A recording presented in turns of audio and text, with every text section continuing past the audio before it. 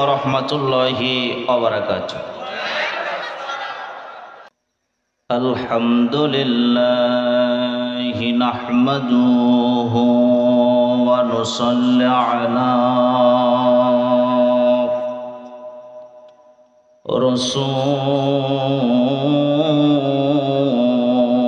রাসূলিহিল কারীম।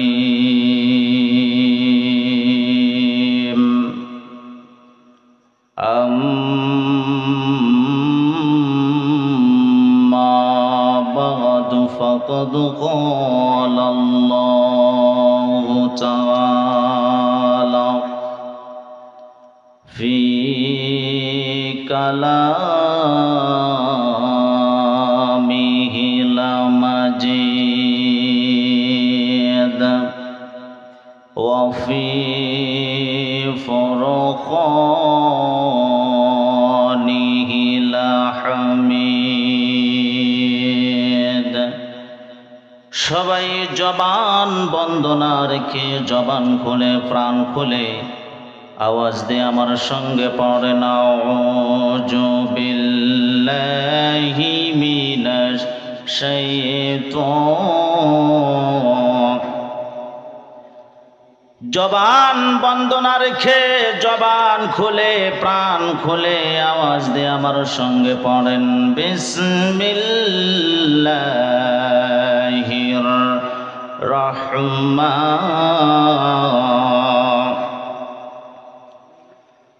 ওয়া নাযালনা আলাইকাল কিতাবা তিবয়ানাল লিকুল্লি শাইইন ওয়া হুদাও ওয়া রাহমাতাও ওয়া বুশরা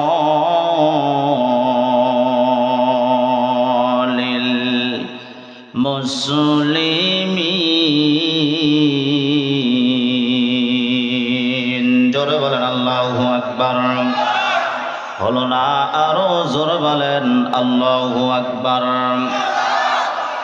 সাদাকাল্লাহুল মাওলানাল আযীম। وعن جابر بن عبد الله رضي الله تعالى عنه أنه قال قال رسول الله صلى الله عليه وسلم أما بعد فإن خير الحديث كتاب الله وخير هدي هدي محمد صلى الله عليه وسلم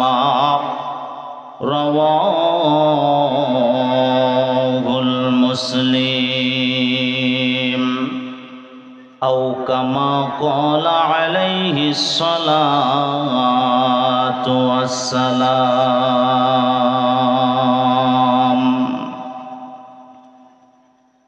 কারো ভরসা করো রে মন, কিসের করো আশা,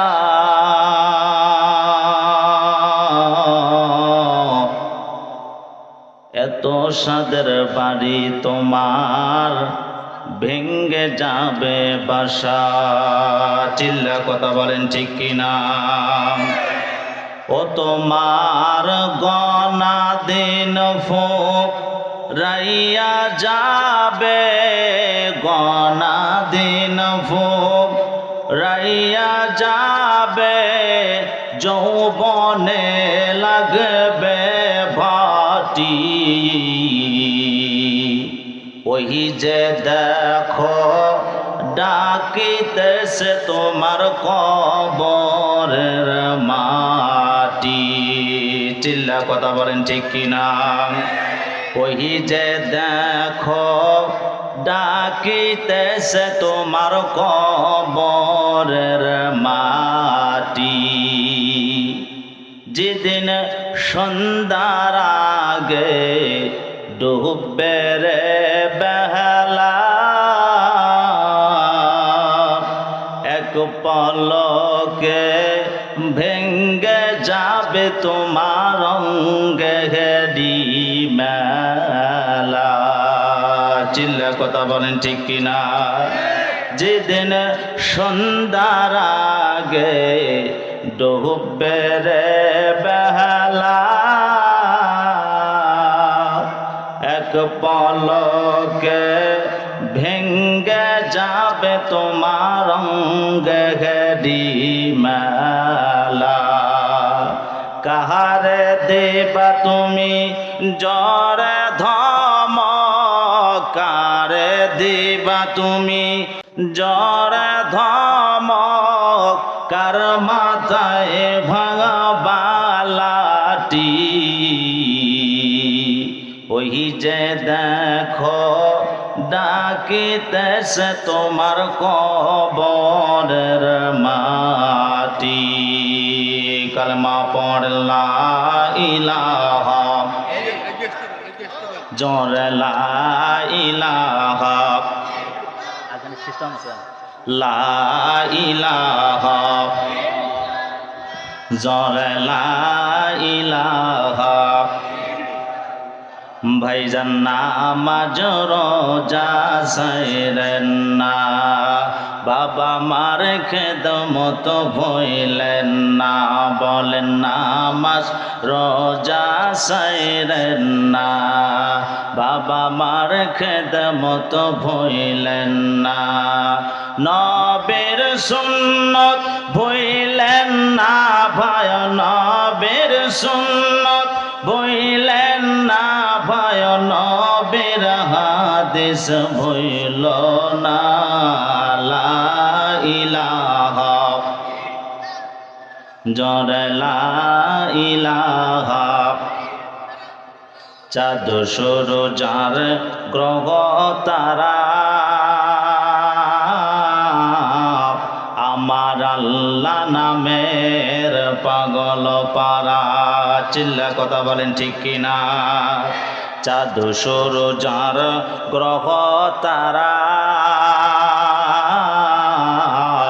আমার আল্লাহ নামের পাগল পারা। আমার আল্লাহ নামের এতই দয়া, আমার আল্লাহ নামের এতই মায়া, লুকিয়ে রাখছেন হে আল্লাহ। লা ইলাহা, জোরে লা ইলাহা, লা ইলাহা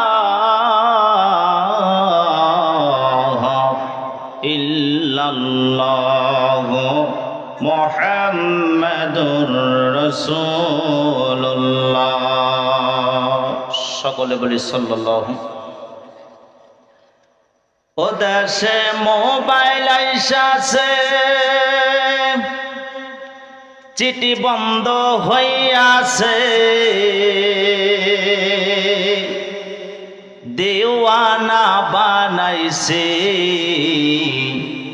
পোলা মাইয়ার মনের কথা ভাসে বাতাসে। চিল্লা কথা বলেন ঠিক কিনা? ও দেশে মোবাইল আইসাছে, চিঠি বন্ধ হইয়াছে। ও দেশে মোবাইল আইসাছে, চিঠি বন্ধ হইয়াছে, দেওয়ানা বানাইছে। পোলা মাইয়ার মনের কথা ভাসে বাতাসে। এখন পোলা মাইয়ার মনের কথা ভাসে বাতাসে। চিল্লা কথা বলেন ঠিক কিনা? ও দেখো পোলা মাইয়ার মন বাদা ফেসবুকে এখন, মোবাইলে চিটিং কইরা কাটায় সারাক্ষণ। চিল্লা কথা বলেন ঠিক কিনা? এই মোবাইল পাইয়া দেখো মদনের মাইয়া, এই মোবাইল পাইয়া দেখো মদনের মাইয়া, কি কাণ্ড ঘটাইছে স্বামীর সংসার আইকা নাখি পালায়া গেছে। কথা বলেন ঠিক কিনা? ভাইজান মিথ্যা কথা বললাম? এই মোবাইল হয় কি জাদু আছে ভাই, এই মোবাইল হয় কি জাদু আছে ভাই, পোলাপান বই যাছে লেখাপড়া তুইলা রাখছে সপ্তম আকাশে তারা, লেখাপড়া তুইলা রাখছে সপ্তম আকাশে। লিল্লাহি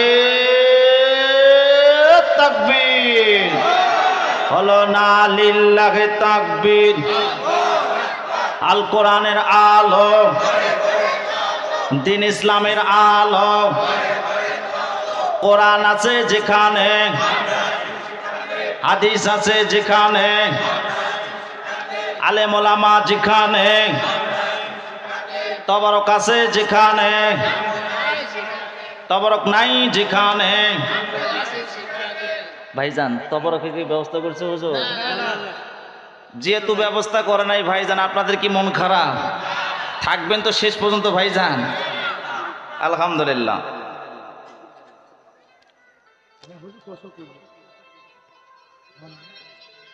হ্যাঁ হ্যাঁ হ্যাঁ, একটু বলতেছি দাঁড়ান।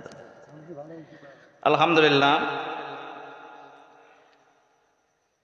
বাদাই স্বাগতা যুব সমাজের উদ্যোগে বাদাইহাট জামে মসজিদের উন্নয়ন কল্পে 15তম বার্ষিকী ঐতিহাসিক তাফসিরুল কোরআন মাহফিলের সম্মানিত সুযোগ্য বিজ্ঞ সভাপতি জনাব মোহাম্মদ আলহাজ মোহাম্মদ বাইজিদ আলম বয়েজ মাস্টার, আল্লাহ পাক মাস্টার সাহেবকে হায়াতে তৈয়বা দান করুক এবং বাকি জীবনটা তার ইবাদত বন্দি করার জন্য তৌফিক দান করেন, সকল বলেন আমিন। আজকের এই মাহফিলের সার্বিক ব্যবস্থাপনায় জনাব মোহাম্মদ মোস্তাফিজুর রহমান ভাই, বিশিষ্ট সমাজসেবক, আল্লাহ পাক তাকেও যেন কবুল করো, সকল বলেন আমিন। এসহ মঞ্চে উপস্থিত দিগার উলামা ইকরাম, দূরদূরান্ত থেকে আগত ইসলাম প্রেমিক, রাসুল প্রেমিক, কোরআন প্রেমিক দিনদার ভাইয়েরা, পদ্মার অন্তরালে অবস্থানদাতা মা ও বোনেরা, আবারও আপনাদের মাঝে আমার সালাম। আসসালামু আলাইকুম ওয়া রাহমাতুল্লাহি ওয়া বারাকাতুহু। প্রথমে জানতে চাই আপনারা কেমন আছেন? আলহামদুলিল্লাহ, আল্লাহ পাক আমাকে ভালো রেখেছেন। ভাইজান, আল্লাহ রাসূল বললেন 3 জায়গায় ফাঁক রাখা নিষেধ। কয় জায়গায় ভাইজান? যেনারা ফাঁক রাখছেন মাঝখানে আর ফাঁক, শয়তানকে জায়গা কি দেওয়া যাবে ভাইজান? 1 নম্বর হলো নামাজের কাতারে ফাঁক রাখলে জায়গা নেবে কে?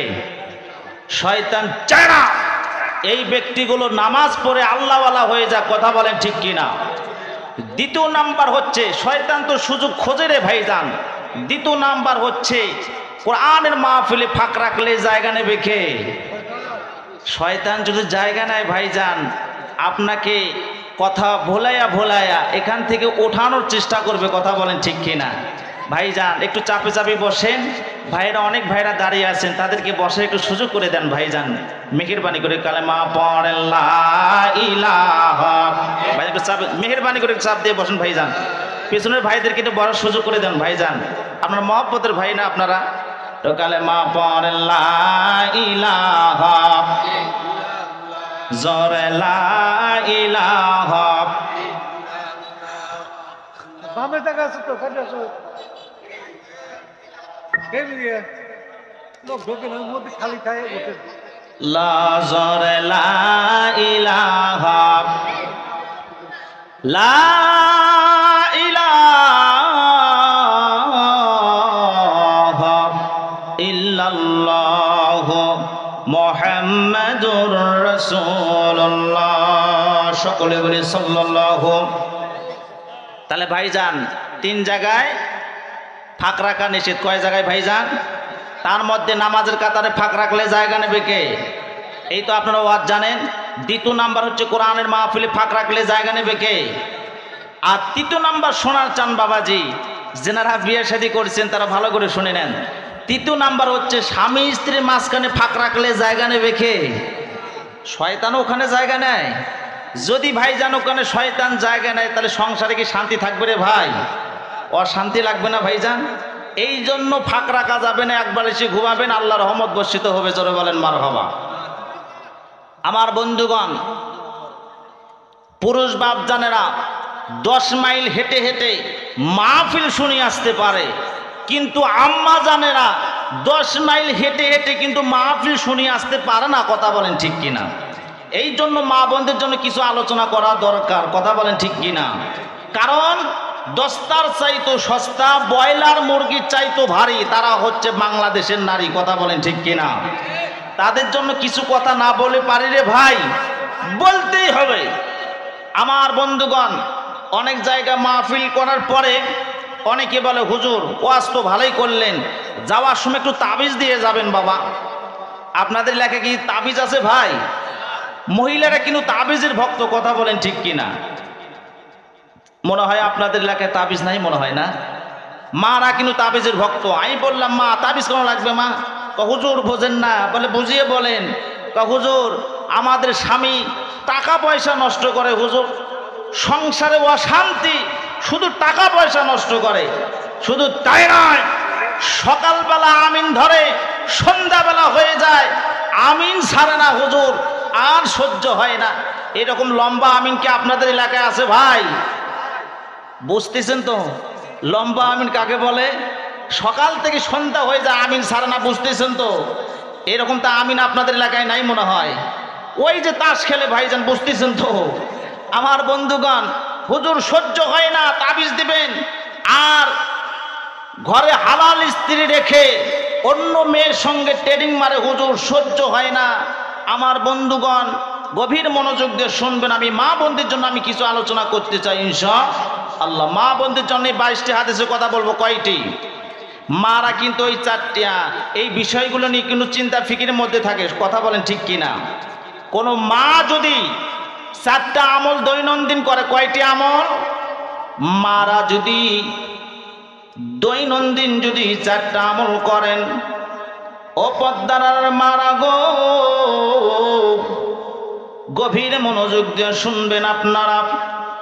মারা যদি 4টা আমল করতে পারে, তাদের স্বামী যতই খারাপ হোক না কেন, তাদের স্বামী যতই টাকা পয়সা নষ্ট করুক না কেন, মারা যদি এই 4টা আমল যদি করতে পারেন, মা এই 4টা আমলের বদৌলতে আল্লাহ রাব্বুল আলামিন স্বামী স্ত্রীর মধ্যে মিল মহব্বত পয়দা করে দিবেন। জোরে বলেন সুবহানাল্লাহ।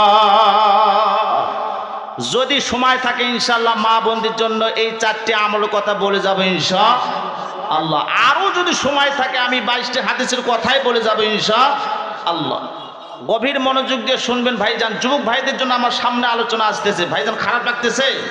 থাকবেন তো ইনশাআল্লাহ? তাহলে আমার সঙ্গে পড়েন আউযু বিল্লাহি মিনাশ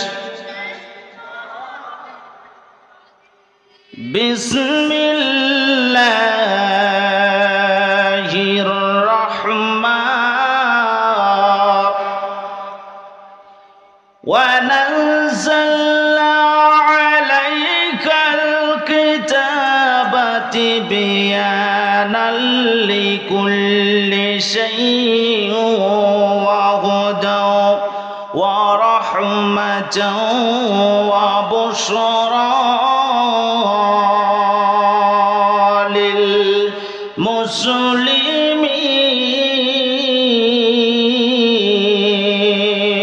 জোরে বলেন আল্লাহু আকবার। হলো না? আরো জোরে বলেন আল্লাহু আকবার। আল্লাহু রাব্বুল আলামিন বলেন, আমি এমন কোন বিষয় বাদ দেই নাই যা কোরআনের ভিতরে আলোচনা করি নাই। সব বিষয় দিয়ে আমি আল্লাহ রাব্বুল আলামিন এই কোরআনকে নাজিল করেছি। জোরে বলেন সুবহানাল্লাহ। আমার বন্ধুগণ, এই কোরআন মানবে যারা, হিদায়াত পাবে তারা, আল্লাহ তোর জান্নাতে যাবে তারা। কথা বলেন ঠিক কিনা? আল্লাহ রাব্বুল আলামিন বলেন, হাজা বায়ানুল লিন্নাস।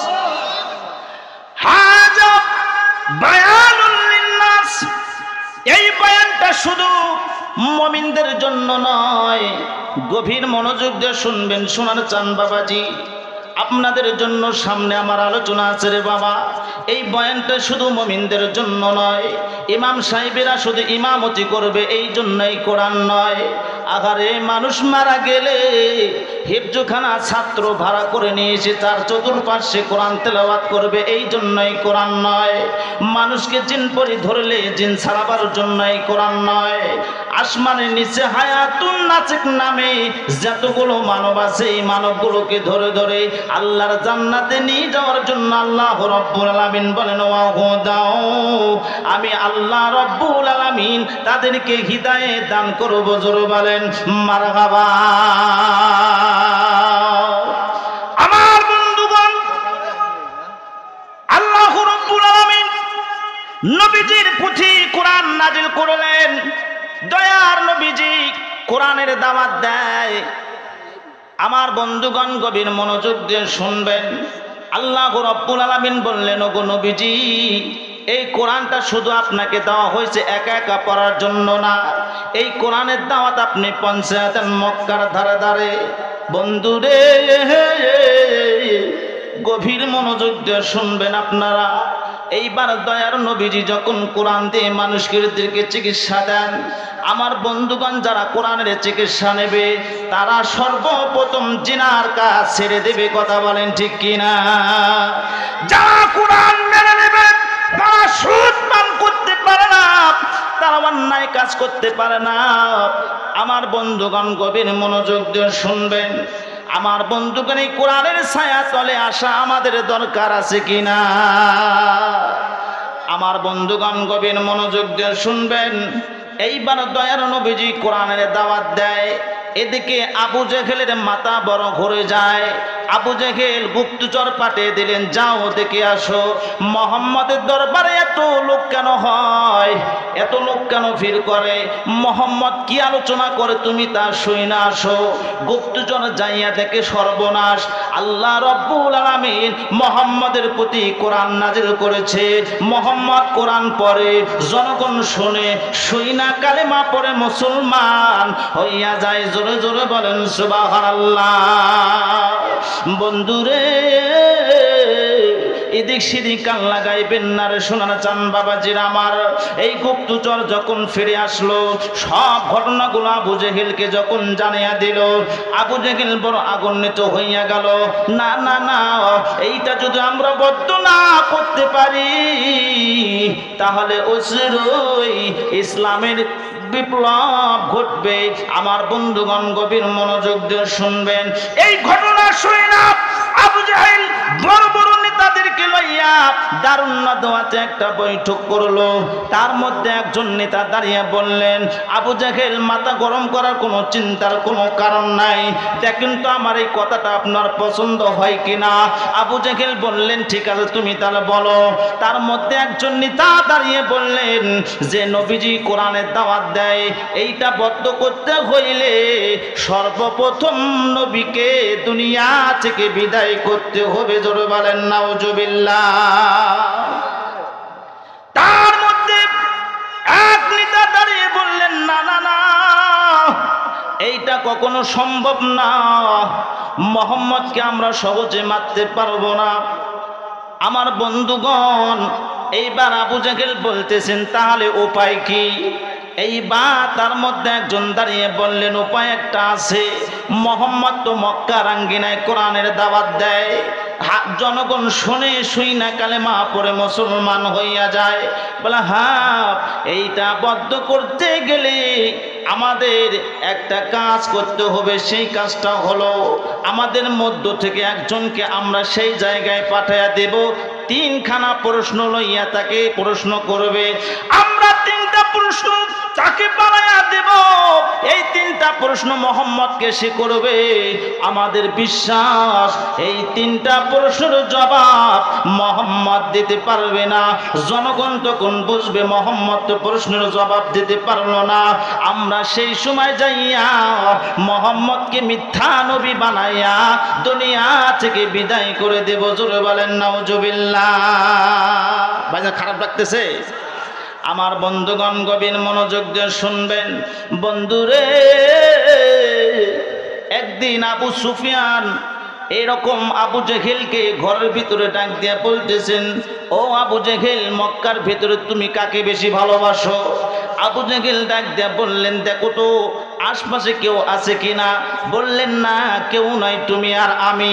আবু জেহেল ডাক দিয়ে বললেন, আব্দুল্লাহর ছেলে মোহাম্মদকে আমি বেশি ভালোবাসি। জোরে বলেন মারহাবা। আবু সুফিয়ান ডাক দিয়ে বলতেছেন, তাহলে আবু জেহেল তুমি তো মোহাম্মদকে ভালোবাসো, তাহলে মোহাম্মদের বিরোধিতা করো কেন? মোহাম্মদকে মাইনা নিলে তো হয়।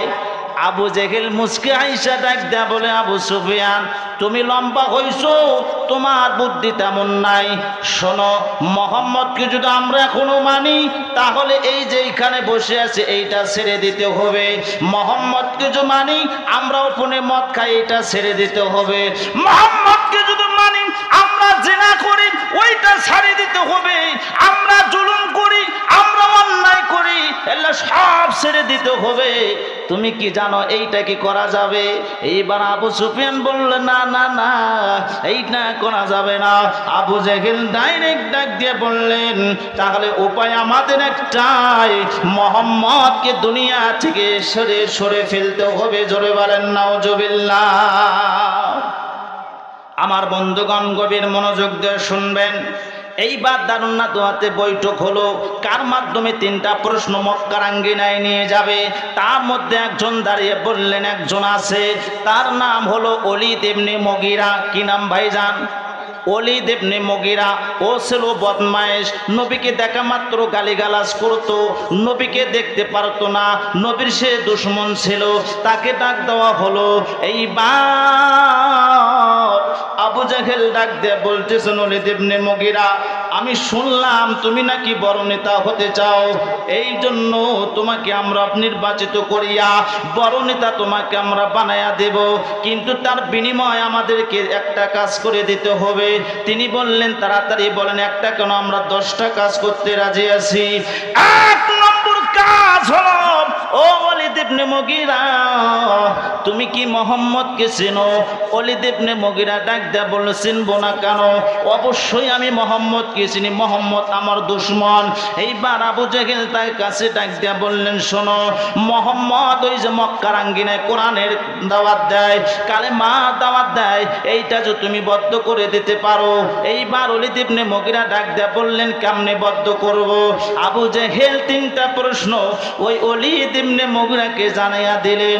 ওলীদ ইবনে মুগীরা ডাক দিয়ে বলতেছেন, ও আবু জেহেল, ও বড় বড় নেতারা, আমি যখন প্রশ্ন করব তোমরা কি আমার পেছনে থাকবা না? বলে, হ্যাঁ অবশ্যই আমরা পেছনে থাকবো, তুমি নির্ভয়, তুমি প্রশ্ন 3খানা করবা।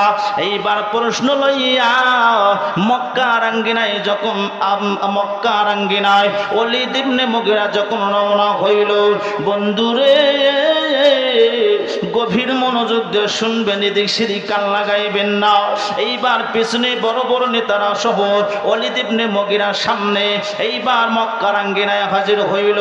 এইবার বন্ধু, মক্কার আঙ্গিনায় হাজার হাজার জনগণ, নবীজি কোরআন তেলাওয়াত করতেছেন, জনগণ তা মানে।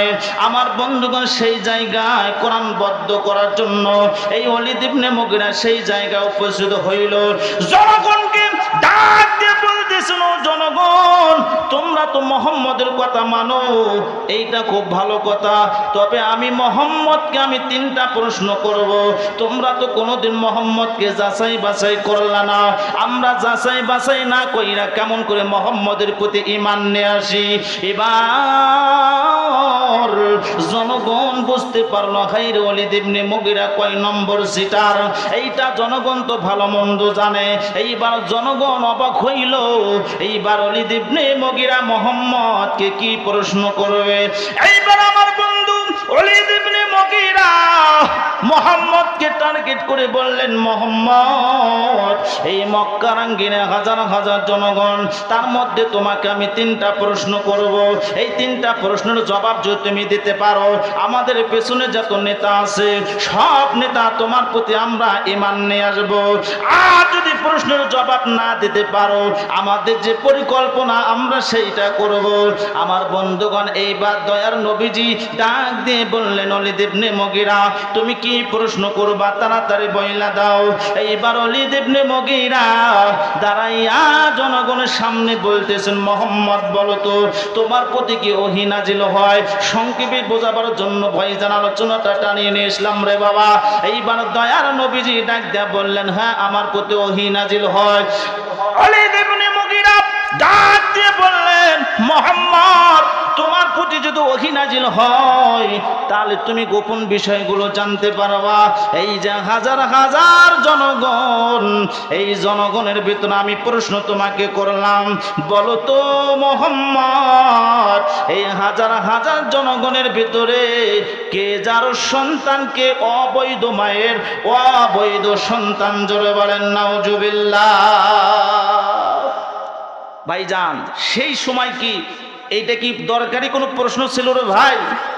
মানে হইল মুহাম্মদকে আটকানোর আর কোনো উপায় ছিল না।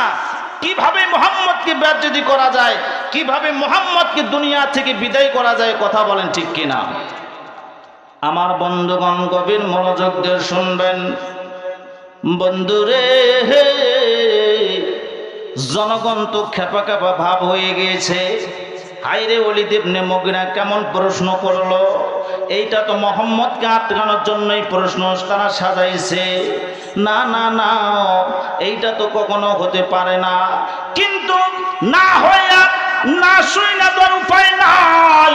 এইবার মুহাম্মদ, আমার বন্ধুগণ, সামনে দাঁড়াইয়া যখন দয়ার নবীকে এই প্রশ্ন করলো, আল্লাহ রব্বুল আলামিন জিবরাইল আলাইহিস সালামকে পাঠিয়ে দিলেন, ওগো জিবরাইল, নুন কলম থেকে আয়াতখানা নিয়ে যাও। চল্লিম বাদা যালিকা জানিম,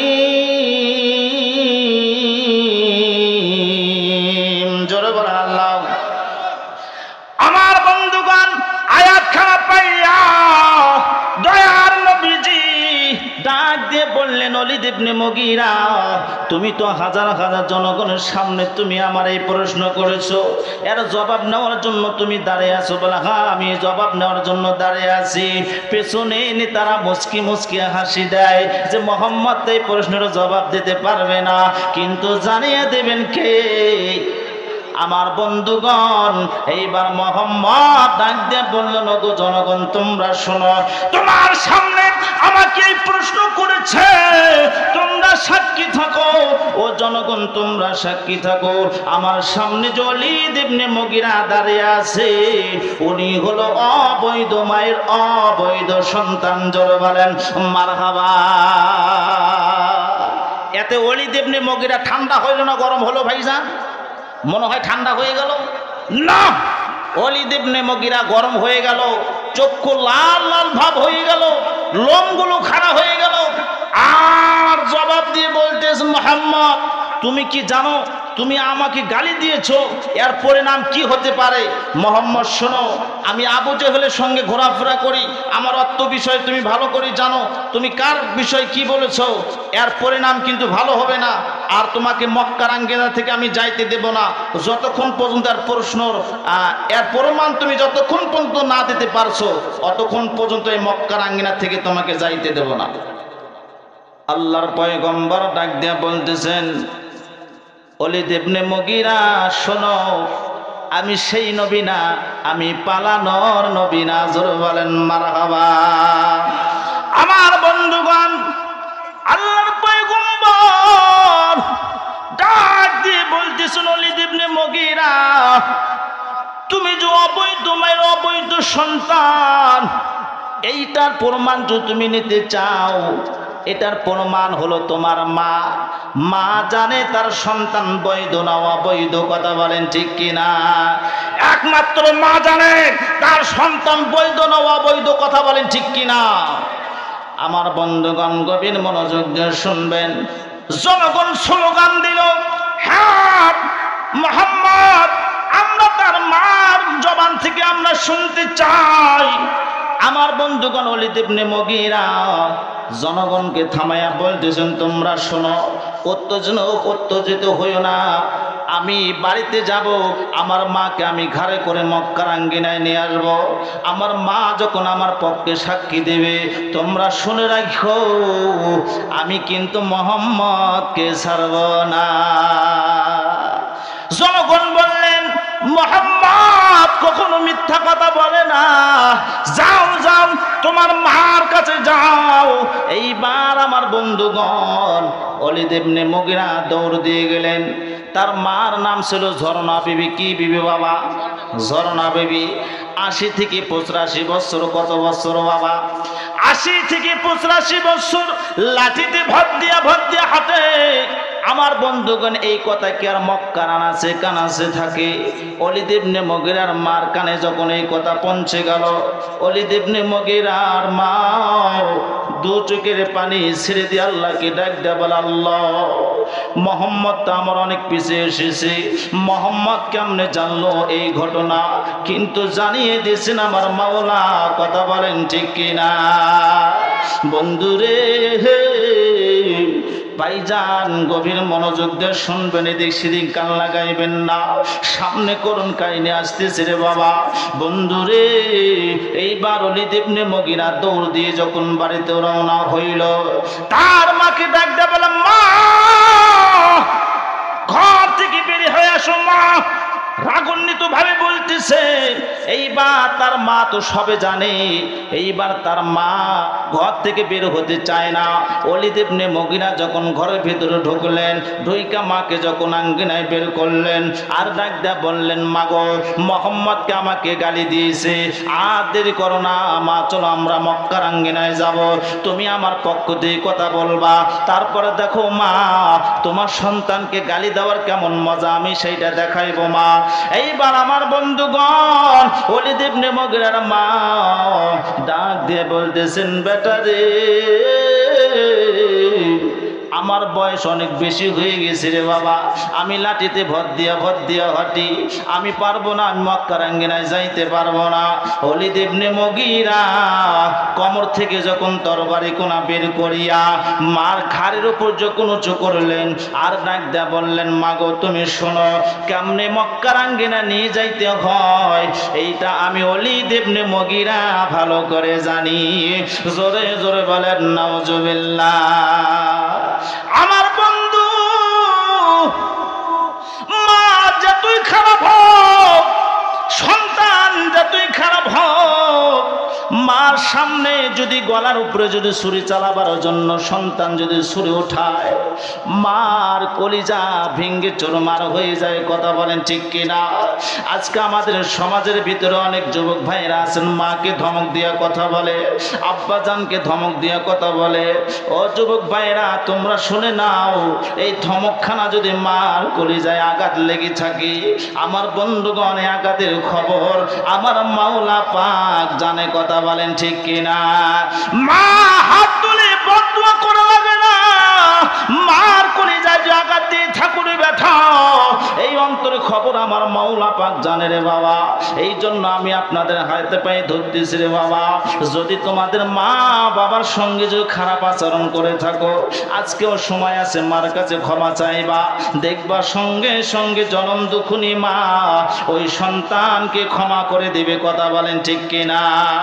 যেহেতু ভাইজান মার কিছু আলোচনা এসে গেল, ভাইজান 2-1 মিনিটে একটা ঘটনা বলে আবার ওই ওলীদ ইবনে মুগীরা কিভাবে যার সন্তান হইল এটা শোনার দরকার আছে কিনা? প্রমাণ নেওয়ার দরকার আছে তো ইনশাল্লাহ। আমার বন্ধুগণ, আমি কুড়িগ্রামে মাহফিলে গিয়েছিলাম। এক মুরব্বির ব্যথা আমাকে খানা দিচ্ছে। খানা শেষ হওয়ার পরে আমার পাশে সেই মুরব্বির বেটা বইসা দু চোখের পানি ছেড়ে দিয়ে কাঁদতেছে, আর একটা ঘটনা আমার শোনাইতেছে। আমি সেই ঘটনা শুই না, নিজেও কেঁদে ফেললাম, আপনাদেরকে শোনাবো বাবা। আমার বন্ধুগণ, ওই মুরব্বির বেটা কান্না আটকাইতে পারে নাই, আমি এইটা শুনি আমি নিজেও কেঁদে ফেলেছি। বন্ধুরে, কুড়িগ্রামের একজন মা আল্লাহর দরবারে দোয়া করেছিল, আল্লাহ আমার গর্ভে যদি একটা সন্তান হয়, এই সন্তানটা আমি মাদ্রাসায় লেখাপড়া করাইব। মার দোয়া আল্লাহর দরবারে কবুল হয়ে গেল। বন্ধুরে, আল্লাহ রব্বুল আলামিন ওই মার গর্ভে দুইটা যমজ সন্তান দিয়েছে। জোরে বলেন সুবহানাল্লাহ। এই দুইটা সন্তান দেখতে একরকমই, দুইটা ছেলে সন্তান। এইবার মা খুশি হইয়া ওই সন্তান দুইটার নাম রাখলেন ভাইজান হাসান আর হোসাইন। ভাইজান লক্ষ্য করে দেখবেন, গ্রামের ভিতরে যখন যমজ সন্তান দুইটা হয়, ছেলে সন্তান, বেশিরভাগের নাম রাখা হয় হাসান আর হোসাইন। কথা বলেন ঠিক কিনা? এই জনম দুকুনি মা ওই দুইটা সন্তানের নাম রাখলেন হাসান আর হোসাইন। গভীর রাত্রে স্বামীর কাছে যাইয়া স্বামীর গলা ধইরা ডাক দিয়ে বলতেছেন, প্রাণের স্বামী গো, কোনো দিন আপনার কাছে আমি কোনো আপত্তি করি নাই। আমি একটা গোপনে নিয়ত করেছি আপনারে জানাবার চাই, কিন্তু গরিব স্বামী ইস্কা চালায়। এইবার প্রাণের স্বামী ডাক দিয়া বললেন, স্ত্রী গো, তুমি কি নিয়ত করেছো? এমন বড় নিয়তের কথা বলো না, আমি কি যেন কুলাইতে পারি, এইরকম নিয়তের কথা তুমি বইলা দিও। এইবার তার স্ত্রী ডাক দিয়া বলতেছেন, প্রাণের স্বামী গো, চিন্তার কোনো কারণ নাই। যখন আমার গর্ভে একটা সন্তান আছে, আমি আল্লাহর দরবারে দোয়া করেছিলাম, আল্লাহ আমার গর্ভে যদি একটা ছেলে সন্তান হয়, আমি মাদ্রাসায় লেখাপড়া করাইব। ও আল্লাহ, আমি আল্লাহর দরবারে দোয়া করেছি, আল্লাহ আমাকে একটা দেয়নি, দুইটা সন্তান আমারে দান করেছে। আমি এই দুইটা সন্তানকে আমি মাদ্রাসায় ভর্তি করে দেব। এই সন্তান দুইটা যখন হাফেজ সাহেব হইবে, আপনি হাফেজ সাহেবের বাবা হবেন, আমি হাফেজ সাহেবের মা হব। একদিন তুমি আমি দুনিয়া থেকে বিদায় হয়ে যাব, আমার ওই দুইটা সন্তান হাত উঠাইয়া দু চোখের পানি ছেড়ে দিয়া ওই জনম দুখুনি মা বাবার জন্য তারা দোয়া করবে। আমার বন্ধুগণ, দেখেন তো দিলটা নরম করা যায় কিনা, দুইটা চোখের পানি ফেলান যায় কিনা রে বাবা। করুন কাহিনী আপনাদেরকে এটা শুনিয়া যাইতেছে রে বাবা। আমি নিজেও কেঁদে ফেলেছি, সামনে করুন কাহিনী আসতেছে। এইবার তার স্বামী দু চোখের পানি ছেড়ে দিয়া ডাক দেয়া বললেন, প্রাণের স্ত্রী গো, আমরা এত গরিব, আমরা কি সন্তানের লেখাপড়া আমরা কি করাইতে পারবো? তারা কি ভালো হাফেজ সাহেবকে হইতে পারবে? ভালো হাফেজ সাহেব বানাইতে গেলে ভালো মাদ্রাসায় দিতে হবে, খরচপত্র বেশি হয়ে যাবে। আমরা এত গরিব, আমরা কি পারবো? এইবার জনম দুখুনি মা ডাক দিয়ে বলতেছেন, প্রাণের স্বামী গো, আপনি কোনো চিন্তা করবেন না।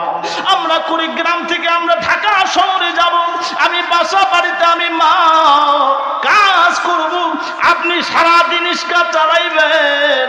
আমার বন্ধুগণ দেখবেন, স্ত্রী এইভাবে বোঝাইতেছে, স্বামী গো দেখবেন আমাদের সন্তানের লেখাপড়া ভালো হইবে।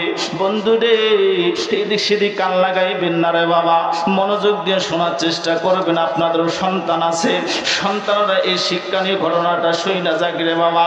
এইবার জনম দুখুনি মা সন্তান দুইটা লইয়া বাবা ঢাকা শহরে রওনা হইল। এইবার বাসা বাড়িতে মা কর্ম করে আর তার বাবা সারাদিন ইস্কা চালায়। দুইটা সন্তান যখন বড় হইয়া গেল, একটা বড় মাদ্রাসায় যখন ভর্তি করে দেওয়া হইল, বন্ধু এইবার জনম দুখুনি মা ডাক দিয়া বলে, প্রাণের স্বামী গো, আজকে একটা মাস হয়ে যায় আমার সন্তান মাদ্রাসায় লেখাপড়া করতেছে, যাও তো দেখো আমার সন্তানের কি হাল। মনে হয় তাদের সদাই কিছু নাই, মনে হয় তাদের টাকার প্রয়োজন। এইবার বাবা ইস্কা লইয়া মাদ্রাসায় যখন রওনা হইল, আমার বন্ধুগণ মাদ্রাসায় গেটে যখন ইস্কাখানা থইয়া মাদ্রাসার ভিতরে যখন প্রবেশ করলো, তার ছোট্ট সন্তান যখন তার বাবাকে দেখতে পেরলো, এই ছোট্ট সন্তান মাদ্রাসার ভিতর দৌড় দিয়া বড় ভাইকে ডাক দেয়া বলতেছেন, ভাই গো দেখো কে এসেছে। বড় ভাই যখন দুই ভাই মিলা বাবাকে যখন দেখলেন, মনে হয় দূর থেকে দৌড় দিয়ে আসতেছে বাবার কাছে। বাবা দুইটা হাত বাড়াইয়া দিয়েছে, সন্তান দুইটা বাবার বুকে আইসা বারবার বাবার দুগালে চুমু খায়, আব্বু গো আপনি কোনো চিন্তা করবেন না, আমরা ভালো করে লেখাপড়া করতেছি, আপনি কোনো চিন্তা করবেন না, কোনো টেনশন করবেন না। এইবার জনম দুকুনি আব্বা যান এই সন্তানের এই ভাষণ শুই না, সন্তানের এই কথা শুই না, যখন বাড়িতে রওনা হইল বিবিকে সব ঘটনা খইলা বলল। সোনার চান বাবাজি গভীর মনোযোগ দিয়ে শুনবেন, একটু কানে মা পড় লা ইলাহা জরেলা।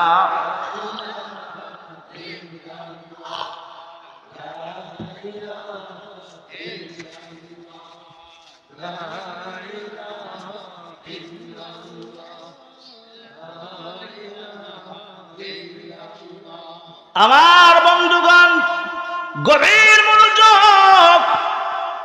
এইবার বাবা যখন মাদ্রাসা থেকে বাড়িতে রওনা হইল, এদিকে দুইটা সন্তান লেখাপড়া করতে করতে এক পর্যায়ে যখন হাবেশ সাহেব হইয়া গেল, এই সংবাদখানা যখন মার কানে পৌঁছে গেল, জনম দুকুনি মা দু চোখের পানি ছেড়ে দিয়ে আল্লাহকে ডাক দেব, আল্লাহ আমি নিয়ত করেছিলাম মাবুদ তুমি আমার নিয়তকে কবুল করেছো আল্লাহ, আমি বড় খুশি হইয়াছি, আমি যদি মারা যাইও আমার কোনো আফসোস থাকবে না।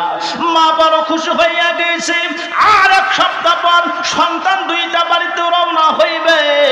আমার বন্ধুগণ এক সপ্তাহ হয়, মা আর অন্যর বাড়িতে কর্ম করতে যায় না, বড় অসুস্থ হয়ে পড়ে গেল, বিছানায় শুয়ে আছে। এক সপ্তাহ হয়, সন্তান যখন বাড়িতে আসলো, তার বাবা এইরকম তার স্ত্রীকে ডাক দিয়ে বলতেছেন, প্রাণের স্ত্রী গো, আজকে এক সপ্তাহ হয়ে গেল তুমি তো কাজে যাও না, কারণটা তুমি আমার কইলা বলো।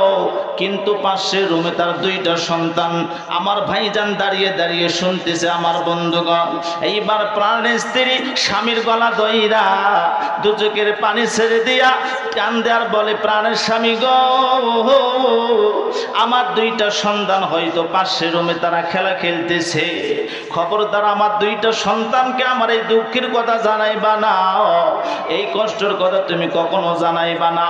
এইবার স্বামীর গলা ধইরা ডাকতে বলে, প্রাণের স্বামী গো, যেদিন থেকে আমি ঢাকা শহরে এসেছি, যখন আমি অন্যের বাড়িতে কর্ম করি, দিন দিন আমি অসুস্থ হয়ে পইরা যাই, অনেক টেনশন আমার মাথার ভিতরে ঘুরপাক খায়, আমার সন্তানের লেখাপড়া হইবে কিনা।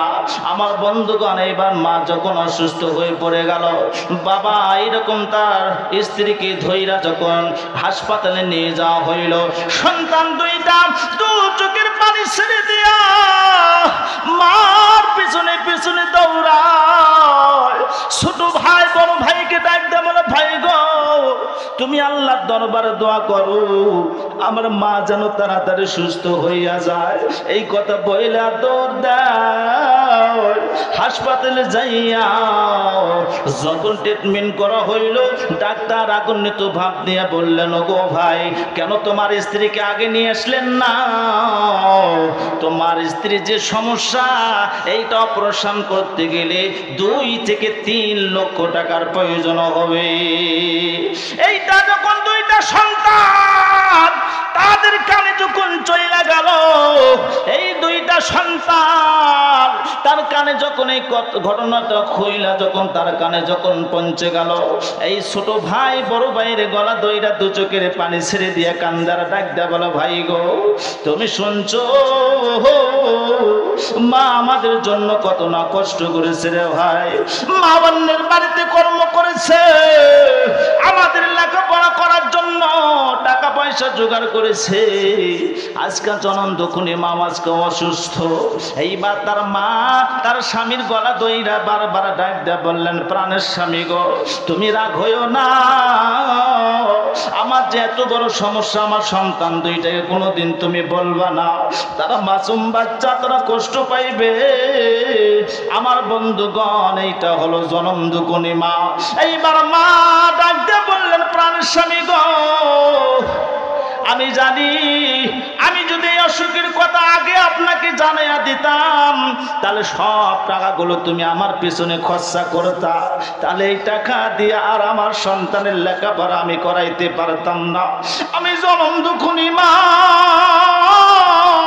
অসুখকে গোপন রাইখা আমার সন্তান কিভাবে হাফেজ সাহেব হইবে, একজন বড় আলেম হইবে, তাদের তো লেখাপড়া করতে গেলে টাকার প্রয়োজন হইবে।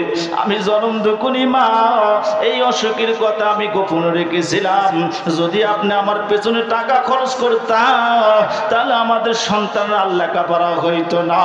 আমার বন্ধুগণ, এইবার দুইটা সন্তানের কানে যখন এই ঘটনাটা আইসা গেল, দুইটা সন্তান যখন সইনা ফেলাইলো, ছোট ভাই জমিনে গোড়াগড়ি দিয়ে কান্দে, ভাইরে দেখো আমার মা জনম দুকুনি মা মৃত্যুর সজ্জায় আজকে পাঞ্জা লড়তেছে, আমরা কিভাবে হাফেজ সাহেব হইব? মা আমাদের কোনোদিন কষ্ট দেয় নাই রে ভাই, আমরা মাকে বাঁচাইতে চাই। এইবার বড় ভাই ডাক দিয়ে বললেন, ভাই গো এই 2 থেকে 3 লক্ষ টাকা আমরা পাবো কই? এইবার ছোট ভাই একটু চালাক ছিল, ডাক দিয়ে বললেন, বড় ভাই চিন্তার কোনো কারণ নাই, আমরা যে মসজিদে আমরা যে মাদ্রাসায় লেখাপড়া করেছি সেই মসজিদ মাদ্রাসার পাশে সাইড একটা বড় মসজিদ আছে, ওই মসজিদটা বিশাল বড় মসজিদ, ওই আর 2 দিন পরে তারাবি নামাজ শুরু হইবে, ওই মসজিদে আজকে 10 জন ছাত্রকে ইন্টারভিউ নিতেছে হাফেজ সাহেবকে, তার মধ্যে 2 জন ব্যক্তিকে 2 জন হাফেজ সাহেবকে নেওয়া হবে। এই 2টা হাফেজ সাহেব যদি পছন্দ হয় তাহলে ওই 2 জন হাফেজ সাহেব ওই মসজিদে খতম তারাবি পড়াইবে। চলো না গো ভাই, যদি আল্লাহ মিলিয়ে দেয় হয়তো আমরা ওইখানে টিকতে পারবো। বড় ভাই ধমক দিয়ে ডাক দেয়া বলতেছেন, ভাই রে তোর কি মাথা খারাপ? আমাদের পোশাক আদি তেমন ভালো না, আমরা গরিব মানুষ, ওখানে 10 জন তালিকায় নামভুক্ত হয়েছে, তাদের ইন্টারভিউ চলতেছে, তার মাঝখান থেকে আমাদেরকে 2 ভাইকে নেবে নাকি? কখনো তারা নেবে না। ছোট ভাই ডাক দেয়া বললেন, ভাই গো চলো তো একবার দেখে আসি, তুমি একবার মার কথা চিন্তা করো। মার কথা চিন্তা কইরা পাগলের মতো আওলা কেসের মতো দৌড় দিয়া 2 ভাই এইরকম ছুটলেন সে মসজিদের দিকে রওনা হইলে। মসজিদের দারোয়ান ডাক দেয়া বললেন, তোমরা কারা? এই 2টা সন্তান ডাক দেয়া বলতেছেন, ভাই গো আমরা 2 জন হাফেজ সাহেব। সেই দারোয়ান মুচকে হাসি দিলেন, না না তোমরা কেমন করে হাফেজ সাহেব হইতে পারো? তোমাদের পোশাক আদি তেমন ভালো না, দেখলে মনে হয় তোমরা এখনো হাফেজ সাহেব হও নাই। তোমরা লঙ্গি এক কানাই পড়েছে, আর এক কানি উপরে এইরকম লটকানো আছে। আমার বন্ধুগণ লঙ্গি এমন ভাবে পড়ছে, এক কানি নিচে আর এক কানি উপরে। না না না, তোমাদের পরিবেশও তেমন ভালো না। ছোট ভাই এইবার দারোয়ানের হাত ধরিয়া 2 চোখের পানি ছেড়ে দিয়া কান্দে আর ডাক দেয়া বলে, ভাই গো আমরা বড় গরিব মানুষ, আমার বাবা অনেক গরিব, আমাদের লেখাপড়া করাইতে ভালো কোনো পোশাক আমাদের আব্বা জান দিতে পারে নাই, আমরা তো কামে রোজগার করতে পারি না, আমরা কিভাবে এইরকম ভালো পোশাক আমরা জোগাড় করব? এইবার দারোয়ানের দয়া ময়া হইল। আমার বন্ধুগণ, এই দারোয়ান যখন মসজিদের ভেতরে ঢুকলেন, ঢুইকা ইমাম সাহেবকে তো সব তথ্যগুলো জানাইলেন।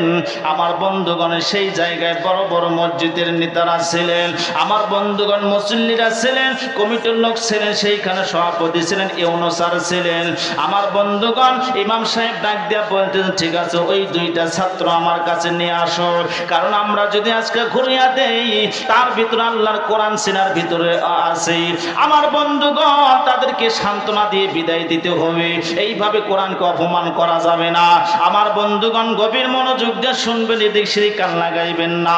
দেখো তো দিলটা নরম করা যায় কিনা। জনম দুকুনি মা কেমন জিনিস ভাই জানে, এইটা বোঝাবার জন্য আপনাদের কাছে আলোচনাটা নিয়ে এসেছি রে ভাই। ও পদ্মালার মারা গো, ওই যে 4টা আমলের জন্য আপনার বৈশা আছেন, সংসারে যত অশান্তি হোক না কেন, এই 4টা আমল যদি মারা করতে পারে তাদের সংসারে অবশ্যই শান্তি বর্ষিত হবে।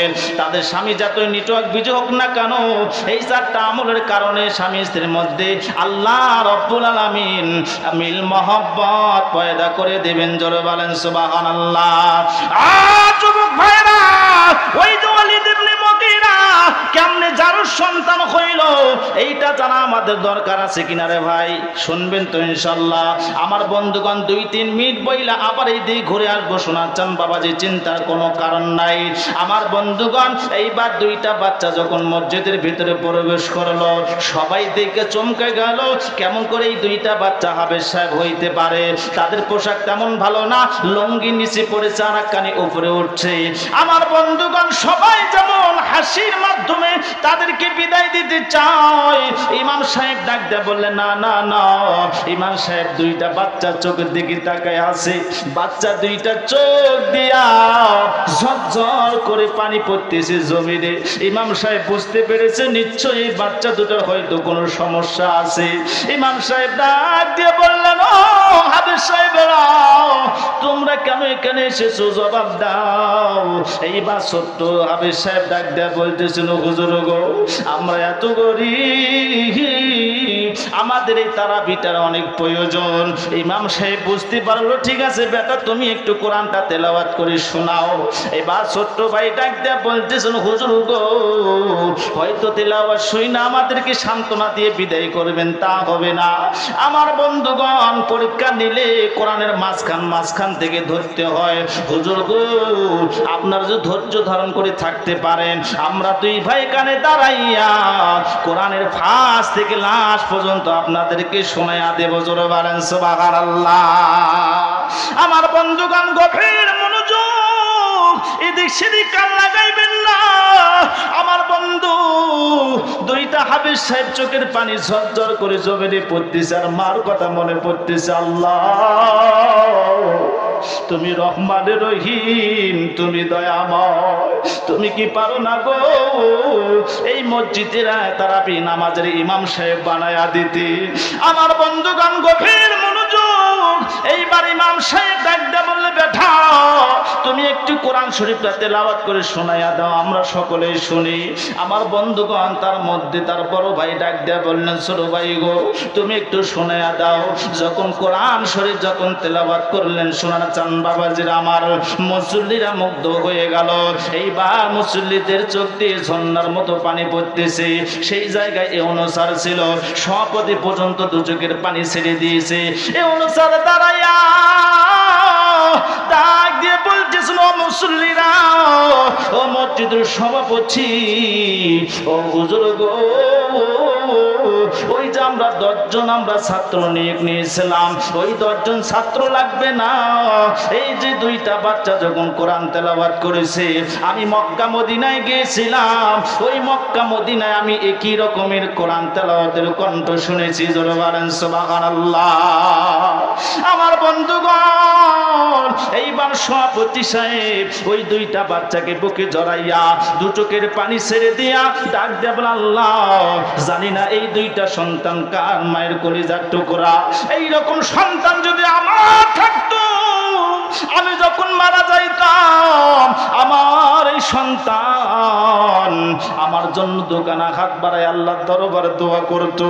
এইবার সভাপতি সাহেব আফসোস কইরা বলতেছেন, ঠিক আছে মুসল্লিরা, তোমরা শোনো, এই 2টা বাচ্চা আমরা নিয়ে নিলাম। জোরে বলেন সুবহানাল্লাহ।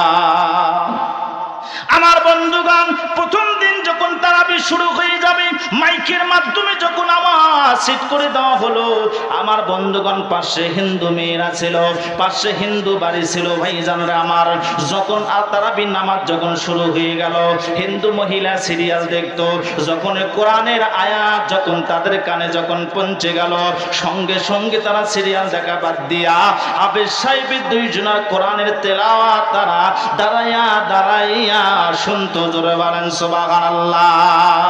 বন্ধুরে গভীর মনোযোগ দিয়ে শুনবেন, শোনার চান বাবাজিরা আমার। শুধু তাই নয়, এইবার 2য় দিন যখন আপনার ভাইজান এই 2টা বাচ্চা যখন তারাবি নামাজ শুরু করলেন, পেছনে তাকাইয়া দেখে গো ভাইজান মোনাজাতের সময়, পেছনে তাকাইয়া দেখে মসজিদ পুরা বুক হয়ে গিয়েছে। এমনকি পাশ দিয়ে যখন ভাইজান অনেক লোক যখন হেঁটে যখন বাড়িতে রওনা দেয়, হিন্দু বেচারা যখন বাজার করে যখন বাড়িতে রওনা দেয়, বন্ধুরে তখন হাফেজ সাহেব যখন কোরআনের আয়াত যখন তেলাওয়াত করে, ওই হিন্দু বেচারা বাজারের এরকম ব্যাগ জমিনে ফেলাইয়া ওই কোরআন আয়াত শুনে তারপরে বাড়িতে রওনা দেয়। জোরে